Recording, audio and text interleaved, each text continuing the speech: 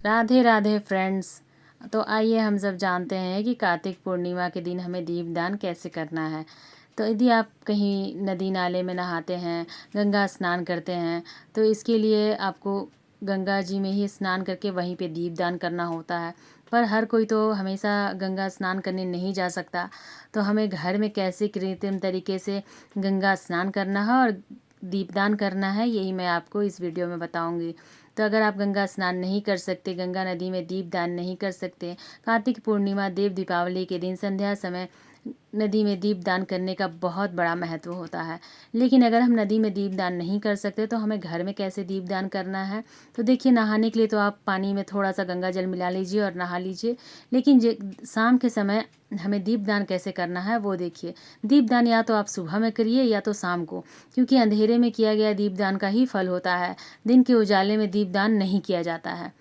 तो आप या तो सुबह में कर लीजिए जब आप सुबह स्नान करने कार्तिक का करते हैं, या फिर आप शाम के समय कर लीजिए। तो इसके लिए हमें चौक पुराना है। आटे से हम यहाँ चौक पुराएंगे।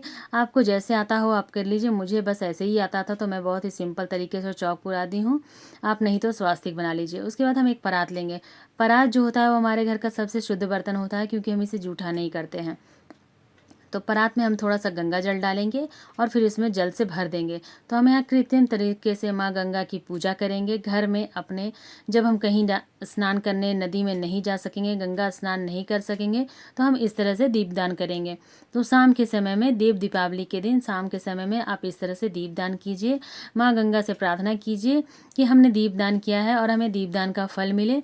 तो आपको दीपदान ऐसे ही करना है। या तो आप गंगा किनारे दीपदान करते हैं या फिर गंगा नदी में दीपदान करते हैं, तो आपको इस तरह से दीपदान करना है। तो देखिए, आपको बहुत ही आसान तरीके से मैं बताऊंगी आप घर में कैसे दीपदान कीजिए। तो आपको यहाँ पर पत्ते ले लेने हैं। कोई भी जो पवित्र वृक्ष होता है उसके पत्ते ले लीजिए। पीपल के हो, आम के हो, अशोका के हो, पान के पत्ते हो, आप कोई भी पत्ते ले लीजिए। उसके बाद देखिए, हमें गंगा में ना जौ बोने होते हैं। कहा जाता है ना कि आपका कोई काम हो गया तो आपने बहुत ही पुण्य के काम किए होंगे, गंगा जी में जौ बोए होंगे, तो इसलिए आपका काम हो गया। तो यहाँ हमें गंगा जी में जौ बोने हैं। तो जिस तरह से हम गंगा माँ की पूजा करते हैं, घर में भी हम वैसे ही पूजा करेंगे। फिर हम थोड़े से दूध डालेंगे। गंगा जी में दूध डालने का भी बहुत बड़ा महत्व है। तो आप घर में जब गंगा की पूजा कर रहे हैं कृत्रिम तरीके से, तो हम यहाँ सभी नियम करेंगे।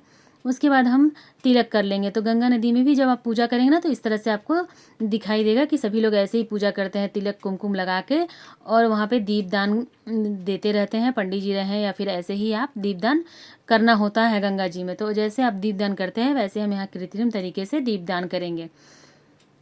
तो इस तरह से हम माँ गंगा की पूजा करेंगे।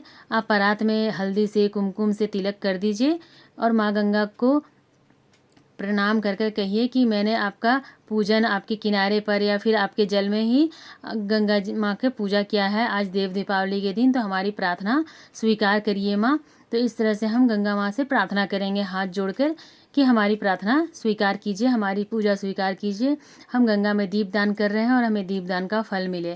तो इस तरह से आपको जो पत्ते आपने लिए हैं, जैसे गंगा के किनारे पर दीपदान होता है देव दीपावली पर, काशी में और पवित्र नदियों में बहुत ही बड़ा दीपदान का प्रावधान है। वहाँ हजारों दीप जलाए जाते हैं।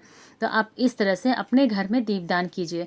तो कोई भी पत्ता जो हम लेंगे, आम का लीजिए, पीपल का लीजिए या पान का लीजिए, पत्ते को हम किनारे पर सजा देंगे जैसे हम गंगा माँ के किनारे पर दीपदान कर रहे हैं।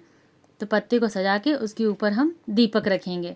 तो 5, 7, 11 दीपक आप अपनी मर्जी के अनुसार से रखिए। इसकी कोई नियम नहीं है कि आपको इतने दिए रखने हैं, आप एक दिया ही रख लीजिए तो आपका दीपदान का उतना ही बड़ा महत्व होगा। तो मैं यहाँ पर 5 दिए लेकर आई हूँ, तो मैं 5 दिए जलाऊंगी। तो गंगा आरती होती है जब, वहाँ पे देखिएगा आपको दीपदान, बहुत ज़्यादा दीपदान किया जाता है। सभी लोग वहाँ पे दिया लेकर ही पूजा करते हैं। तो गंगा नदी में दीपदान का बहुत ही खास महत्व है। तो इस तरह से आप घर में कृत्रिम तरीके से देव दीपावली के दिन दीपदान कीजिए। दीपदान करना बहुत ही शुभ होता है। कार्तिक के महीने में तो बहुत ही ज़्यादा होता है। तो इस तरह से आपको दीपदान करना है। तो फ्रेंड्स, आप भी अपने घर में माँ गंगा की पूजा कीजिए और दीपदान कीजिए। तो आपको यह दीपदान का वीडियो कैसा लगा कमेंट करके ज़रूर बताइएगा। अगर आप कहीं नदी में नहीं नहाने जाते हैं, दीपदान नहीं कर पाते हैं, तो घर में ही दीपदान कर लीजिए। या तो आप खुले आकाश में कीजिए, बालकनी हो, छत पे हो, कहीं पे भी, या फिर आपके घर के आंगन में हो जगह, नहीं तो घर के अंदर ही कर लीजिए। और इस तरह से आप दीपदान करेंगे तो माँ गंगा को ही दीपदान प्रज्वलित करने का फल मिलेगा। अगर आप इस तरह से दीपदान करते हैं तो फिर आपको गंगा नदी में जैसे दीपदान करने का जो मन में शांति होती है, खुशी मिलती है, वही होता है। और यह आकाश दीप जलाने का भी फल होता है। अगर आप खुले आकाश के नीचे करते हैं तो आपको आकाश दीप जलाने का भी फल मिलता है। तो इस तरह से आपको देव दीपावली के दिन आकाश दीप का और गंगा तट पे जो दीपदान होता है, दोनों का फल मिलता है। तो मैंने आपको बहुत ही सरल तरीके से दीपदान करने का नियम बताया है। आपको यह विधि कैसी लगी आप मुझे कमेंट करके ज़रूर बताइए। इसी तरह की वीडियो की जानकारी के लिए मेरे चैनल पर बने रहिए। हम महिलाएं घर में तीज त्योहार कैसे करती हैं, ये जानने के लिए मेरे चैनल को सब्सक्राइब कर लीजिए। Bye bye.